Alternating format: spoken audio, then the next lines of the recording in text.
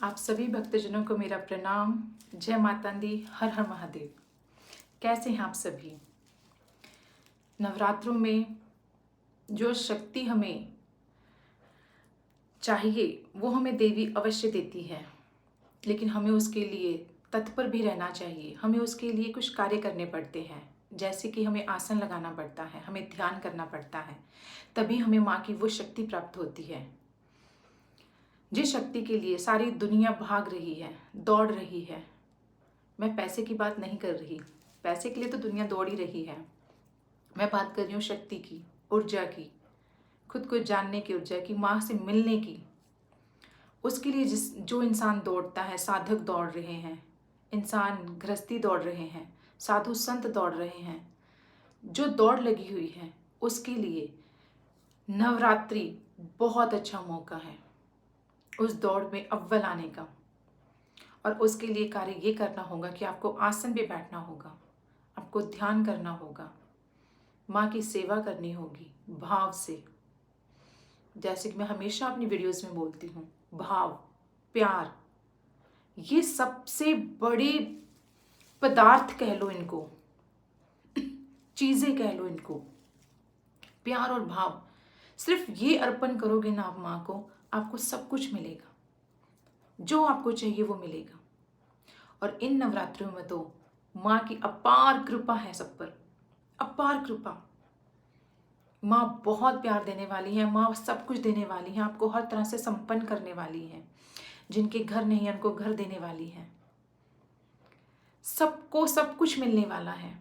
जिनकी शादियां नहीं हो रही उनकी शादियां होंगी, हर किसी के सपने पूरे होंगे। माँ सपने पूरे करने आई है।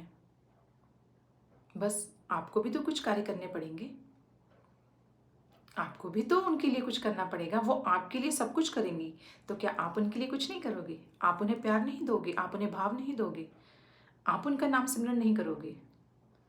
भले ही आप उनका न करके वाहिगुरु का कर रहे हो, अल्लाह का नाम जप कर रहे हो, पर करना तो है ना।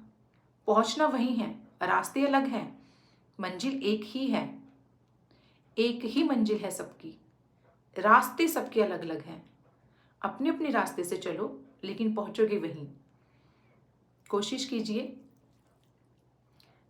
नाम जप कीजिए, मंत्र जप कीजिए, ध्यान कीजिए, जितना हो सके।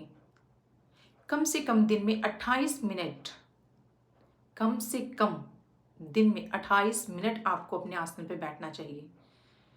जिनके पास आसन नहीं है, मतलब आप किसी भी कपड़े को लेकर बैठकर भगवान का नाम जप करें। आपको आसन पर, मतलब एक जगह पर एकाग्र होकर 28 मिनट तक बैठना चाहिए।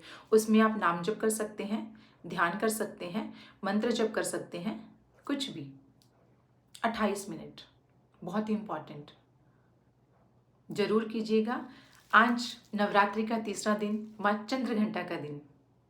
चंद्रघंटा माँ हमें साहस देती है, शक्ति देती है, बल देती है। मांगिए उनसे, लीजिए उनसे, शक्ति लीजिए, साहस लीजिए, बल लीजिए।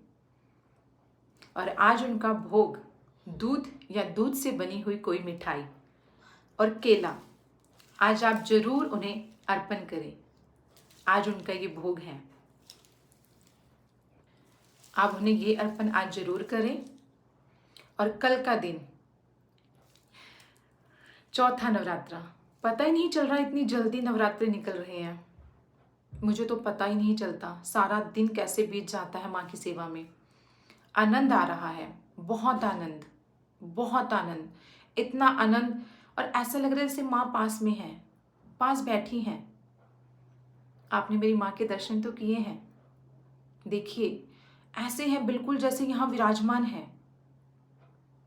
बहुत खुशी, बहुत आनंद प्राप्त, इतनी मतलब आनंद से भरी हुई हूँ मैं चाहती हूँ आपको भी वो आनंद की अनुभूति हो। तो आप कम से कम 28 मिनट खुद को दीजिए, नाम जप कीजिए, ध्यान कीजिए, मंत्र जप कीजिए, जो करना चाहें आप, लेकिन 28 मिनट भगवान के नाम के लिए, इष्ट के नाम के लिए जरूर निकालिए। जय माता दी, हर हर महादेव।